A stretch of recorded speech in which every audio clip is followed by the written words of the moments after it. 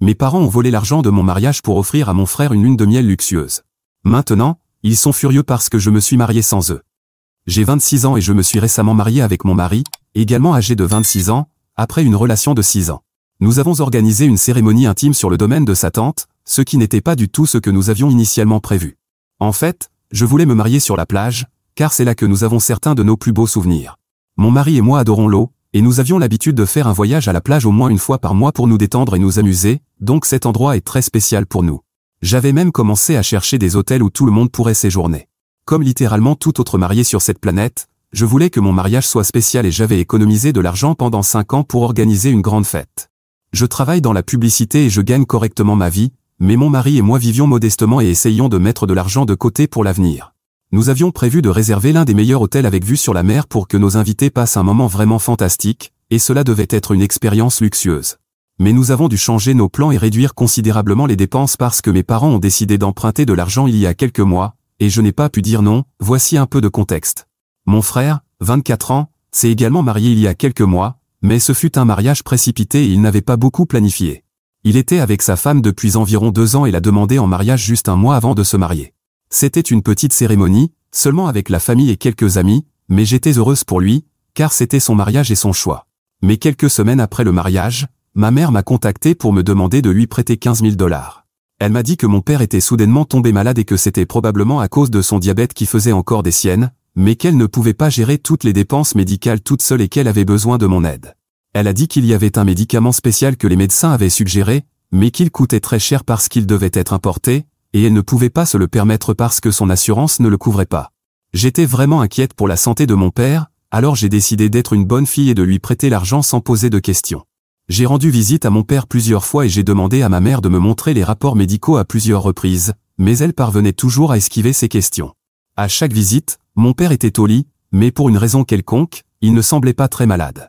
Même quand je demandais à ma mère pourquoi il ne l'avait pas amené à l'hôpital pour qu'il soit surveillé et reçoive des soins professionnels, elle me disait que ce n'était pas nécessaire à ce stade.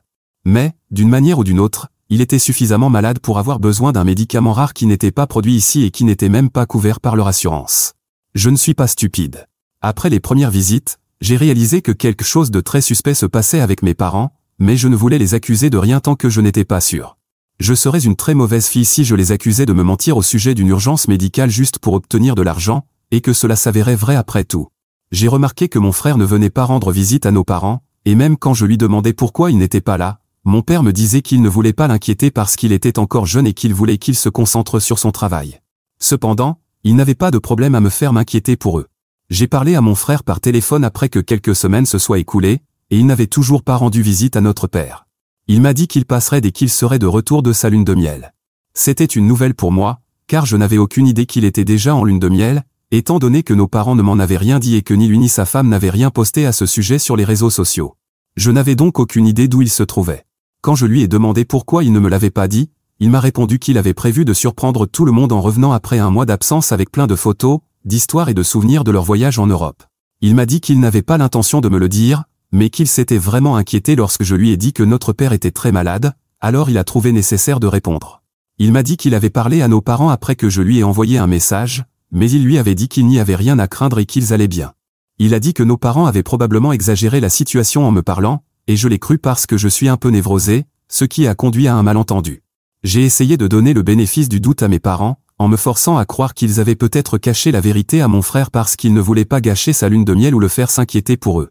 Parce que je savais ce que j'avais vu chez mes parents, et il n'y avait pas de place pour le malentendu. Mais ensuite, mon frère a mentionné qu'il se serait senti vraiment coupable de ne pas avoir été là pour notre père si ce que j'avais dit sur sa santé très fragile s'était avéré vrai. Parce que, apparemment, ce sont nos parents qui finançaient sa lune de miel incroyablement chère et longue. À ce moment-là, toutes les sonnettes d'alarme ont commencé à retentir dans ma tête.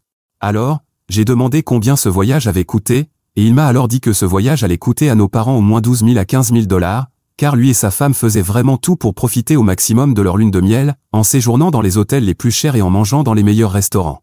Puisqu'ils ne pouvaient le faire qu'une seule fois, ils allaient également acheter beaucoup de choses, et même cela allait être pris en charge par nos parents. J'ai immédiatement su que c'était là que mon argent allait, et qu'il n'y avait absolument aucune urgence médicale. Il n'y avait jamais eu d'urgence digne de mention, et c'est pourquoi il n'avait aucun document à me montrer, et il n'avait même pas été à l'hôpital. Mes parents avaient tout simplement inventé cette histoire parce qu'ils voulaient l'argent pour financer la lune de miel de mon frère, et cela devait être leur cadeau de mariage pour lui. Je me suis senti extrêmement trahi en entendant mon frère se vanter de la façon dont nos parents lui avaient donné tout cet argent pour que lui et sa femme puissent profiter de leur lune de miel, puisqu'ils n'avaient pas pu avoir un grand mariage. L'argent que j'avais prêté à mes parents provenait de mon fonds de mariage, et je me suis senti poignardé dans le dos en réalisant que mes parents l'avaient donné à mon frère. Lorsque je les ai confrontés après cet appel, mes parents m'ont dit qu'ils avaient dû inventer une histoire parce qu'ils savaient que je ne leur aurais pas donné l'argent si j'avais su qu'il allait être utilisé par mon frère pour sa lune de miel. Ils m'ont dit qu'il avait des problèmes au travail et qu'il était déprimé depuis longtemps, alors ils voulaient qu'il s'amuse sans se soucier de l'argent. Malheureusement, ils ne pouvaient pas le financer eux-mêmes, car cela aurait compromis leur propre fonds de retraite, alors ils ont dû m'emprunter l'argent. Leur raisonnement était que j'étais encore jeune et que je gagnais de l'argent, et que j'avais de nombreuses années devant moi pour travailler et récupérer cet argent, mais ce n'était pas la même chose pour eux. Ils ont aussi dit que ce n'était que de l'argent et qu'ils le rembourseraient un jour, mais que pour l'instant, je devais simplement me mettre en second et penser aux sentiments de mon frère, car cette lune de miel l'avait apparemment rajeuni et sauvé de la dépression. Je ne pouvais pas y croire, car cela signifiait que je devrais réduire mes dépenses de mariage pour rien. Pour être clair, j'avais accepté l'idée d'avoir un mariage plus petit tant que cela signifiait que la santé de mon père ne serait pas compromise, mais ce n'était pas ce à quoi je m'étais inscrite. J'étais furieuse une fois qu'ils m'ont dit la vérité, et je leur ai dit qu'ils devaient me rendre l'argent avant que je me marie, car je voulais utiliser cet argent pour mon mariage. J'avais beaucoup de dépenses à prendre en compte si je voulais un mariage à la plage, et bien que mon mari et sa famille prenaient en charge certains coûts, je devais aussi m'occuper de moi-même. Que mes parents paient pour le mariage n'avait jamais été prévu, car ils m'avaient clairement dit qu'ils pouvaient soit payer mes études universitaires, soit payer pour mon mariage, mais qu'ils ne pouvaient pas se permettre les deux. J'avais décidé d'aller à l'université et de payer mon mariage moi-même, c'est pourquoi j'économisais pour cela depuis un certain temps. Si vous vous posez la question, quand mon frère a commencé l'université, je leur ai demandé s'il lui avait aussi fait choisir entre ces deux options, et il a éclaté de rire, comme si c'était l'idée la plus ridicule du monde. Je n'ai jamais évoqué cela avec mes parents, car je ne voulais pas les accuser d'avoir un favori, même si c'était très clair qu'ils en avaient un. Mais j'étais jeune et j'avais encore besoin de leur aide, car je n'avais pas encore trouvé de travail à ce moment-là. Donc, aborder ces sujets et me disputer avec eux ne ferait qu'empirer la situation pour moi, et il n'y avait aucun intérêt à les confronter à ce sujet. Mais des années plus tard, cela a ressurgi quand je les ai confrontés à propos de l'argent qu'ils m'avaient pris et du fait qu'ils avaient toujours favorisé mon frère par rapport à moi. Ils ont essayé de nier, mais c'était aussi clair que de l'eau de roche, et je leur ai dit qu'ils devaient me rendre mon argent parce que je n'allais pas renoncer à mon mariage de rêve juste parce que mon frère avait des problèmes au travail. Mes parents pouvaient le gâter en l'envoyant en vacances coûteuses avec leur propre argent, mais je n'avais pas travaillé dur pendant 5 ans et économisé pour mon mariage juste pour qu'ils me prennent cet argent et le donnent à mon frère. Mais ils m'ont dit qu'ils ne pouvaient pas me rendre l'argent en une seule fois et qu'ils s'attendaient vraiment à ce que je sois d'accord avec ça, car apparemment, il n'y avait rien de plus important que la famille. Si j'étais prête à dépenser notre argent pour une urgence médicale pour mon père, alors il n'y avait aucune raison pour que je ne puisse pas dépenser cet argent pour empêcher mon frère de tomber en dépression. Mais voilà le problème, mon frère n'allait jamais tomber en dépression à cause du travail. C'est parce qu'il n'a jamais pris son travail au sérieux, c'est pourquoi il était mauvais dans ce qu'il faisait et gagnait si peu. Il travaille dans la vente, et presque tous ses revenus sont basés sur les commissions. Donc, s'il est mauvais dans ce qu'il fait, il n'a personne d'autre que lui-même à blâmer. Il pouvait être un peu contrarié à ce sujet, mais je vous garantis qu'il n'allait jamais être dépressif. Il ne se souciait tout simplement pas assez des choses, car mes parents l'avaient choyé toute sa vie, et il n'était tout simplement pas habitué à travailler dur pour obtenir des choses, ce qui explique pourquoi il semblait inquiet pour son travail. C'était tout ce qu'il y avait, mais mes parents ont exagéré en faisant croire qu'il se souciait vraiment de ses échecs au travail et qu'il avait besoin d'être sauvé. C'était du non-sens. J'ai essayé d'expliquer à mes parents que ce mariage était vraiment important pour moi. Ils avaient déjà pris un engagement envers mon mari et sa famille que j'allais couvrir certaines dépenses, ce qui deviendrait impossible si je n'avais pas l'argent. Ils devaient donc faire quelque chose. Mais ils m'ont dit qu'il n'y avait aucun moyen de me rendre l'argent avant le mariage et que je devrais simplement réduire les coûts ou demander de l'aide à mon mari et à sa famille. À un moment donné, je me suis littéralement retrouvé à les supplier de me rendre mon argent, mais tout ce qu'ils ont fait, c'est secouer la tête et dire non, qu'ils finiraient par le rembourser, mais qu'il était impossible de le faire avant le mariage. Je suis parti de chez eux en pleurant, et quand je suis rentré chez moi et que j'ai tout raconté à mon mari, il était tout aussi furieux, voire plus en colère que moi. Il était sur le point de contacter un avocat, mais je lui ai dit que cela ne servait à rien, car il n'y avait aucune preuve écrite que ma mère avait pris l'argent pour des raisons médicales ou qu'elle avait jamais dit qu'elle le rembourserait. Tout avait été informel, et il n'y avait pas de contrat ou de document contraignant pour prouver quoi que ce soit. Donc, même si nous engagions une action en justice contre eux, cela ne ferait que nous faire gaspiller plus d'argent à payer un avocat, car nous ne pourrions probablement pas prouver quoi que ce soit, puisque nous n'avions même pas de message en notre faveur. Tout avait été verbal et officieux. Donc, aussi tenté que nous étions de nous en prendre à mes parents, nous avons décidé de ne pas le faire, car cela aurait été inutile, et nous ne voulions pas gaspiller plus d'argent dans une situation désespérée. Nous avons plutôt commencé à réfléchir à la manière dont nous allions modifier nos plans de mariage. Heureusement, la famille de mon mari est venue à la rescousse après avoir appris ce que mes parents avaient fait, et sa tante a proposé de nous laisser utiliser son domaine gratuitement. Nous avions toujours été très enthousiastes à l'idée d'un mariage à la plage depuis le début, donc sa tante ne l'avait pas suggéré initialement. Mais maintenant que nous cherchions d'autres lieux, elle a fait cette suggestion, et j'ai décidé de visiter l'endroit. Mon mari avait déjà vu l'endroit auparavant, mais quand j'y suis entré pour la première fois, j'ai su que c'était le bon. C'était un endroit magnifique, et bien qu'il ne soit pas près de la plage, mon mari et moi en étions satisfaits. Sa tante nous laissait utiliser l'endroit gratuitement, ce qui était une raison de plus pour aller de l'avant et commencer à planifier autour du domaine. Je me suis occupé de la planification du mariage, ce qui m'a donné encore plus de raisons de couper les ponts avec mes parents. J'avais déjà décidé qu'ils ne seraient pas invités à mon mariage, mais je n'étais pas sûr pour mon frère, car il n'avait en fait rien fait de mal. Il ne savait pas que mes parents m'avaient emprunté de l'argent pour le lui donner. Mais il m'a facilité la tâche en m'appelant après son retour de lune de miel et en me réprimandant pour avoir humilié nos parents en leur demandant de me rendre mon argent.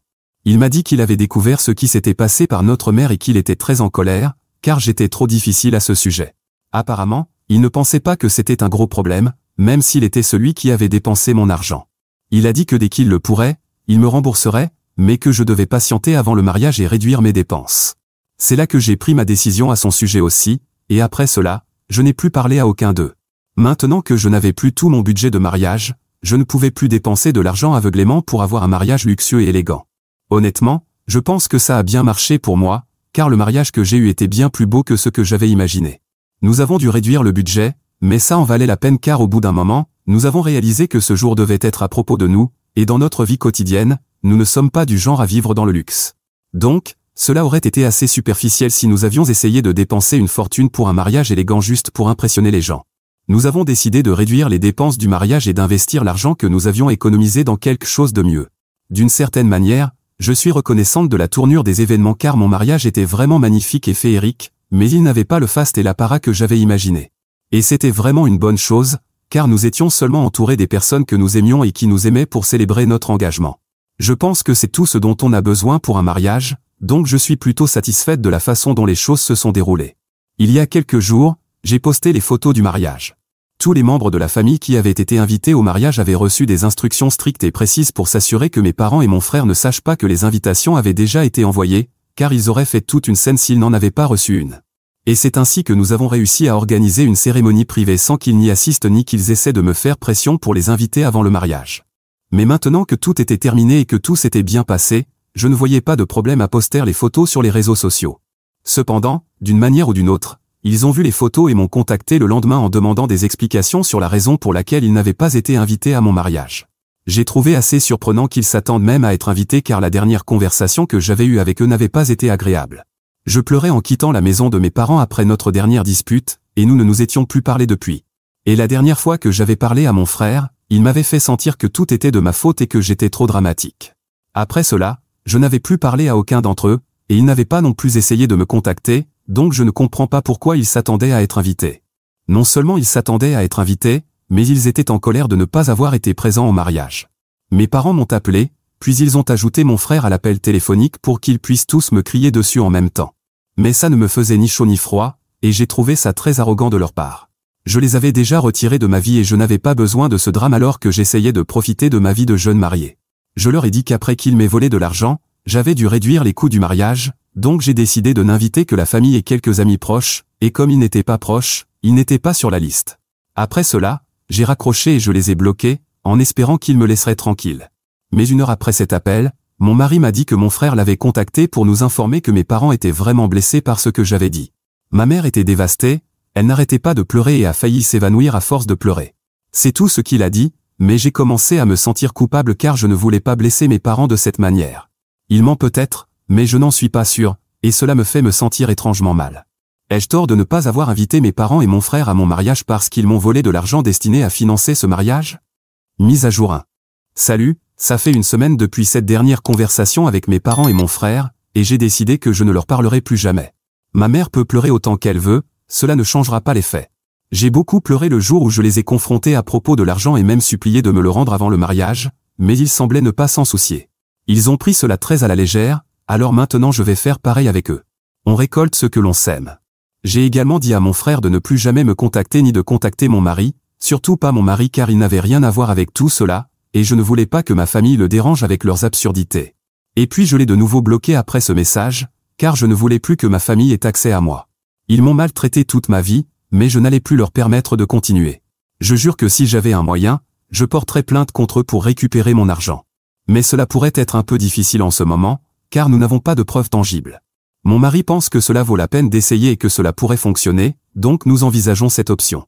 Il est en discussion avec un avocat réputé, et dans quelques jours, nous déciderons de ce qu'il convient de faire. D'ici là, je dois juste trouver un moyen de les faire avouer ou d'admettre qu'ils ont emprunté de l'argent sous prétexte de l'utiliser pour une urgence médicale, mais qu'ils l'ont ensuite donné à mon frère pour qu'il profite de sa lune de miel. Ça va être difficile à prouver devant un tribunal, mais je ne veux pas les laisser s'en tirer si facilement. Je mérite de récupérer mon argent, et je vais faire tout ce qui est en mon pouvoir pour m'assurer qu'ils me le rendent le plus vite possible. Mise à jour 2. Hier, j'ai dit à mon frère de ne pas déranger mon mari avec notre drame familial, donc il a évidemment pris ça comme un signe pour l'impliquer, même s'il n'a rien à voir avec ça. Après être rentré du travail, mon mari m'a dit que mes parents et mon frère lui avaient envoyé une multitude de messages exigeant qu'il me parle et me demande de les débloquer. Quand il les a bloqués, ils ont décidé de passer à un autre niveau et se sont en fait présentés à son lieu de travail. Apparemment, ils attendaient juste à l'extérieur, et dès qu'ils ont vu sa voiture quitter les lieux, ils ont commencé à le suivre en klaxonnant à plusieurs reprises. Donc, il a dû s'arrêter et attendre qu'il le rattrape parce qu'il a reconnu la voiture de mon frère et savait que c'était eux.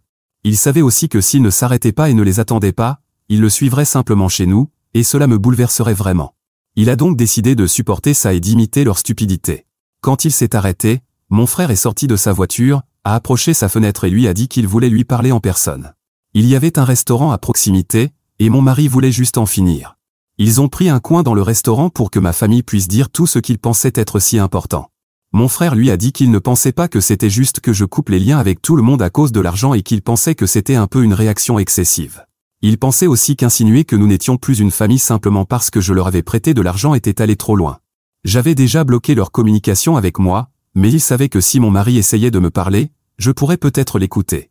Ils essayaient donc de lui faire appel, et ensuite mon mari pourrait me rappeler que nous étions une famille quoi qu'il arrive, donc je devrais agir comme tel au lieu de faire des histoires pour chaque petit malentendu et de me comporter comme une enfant gâtée.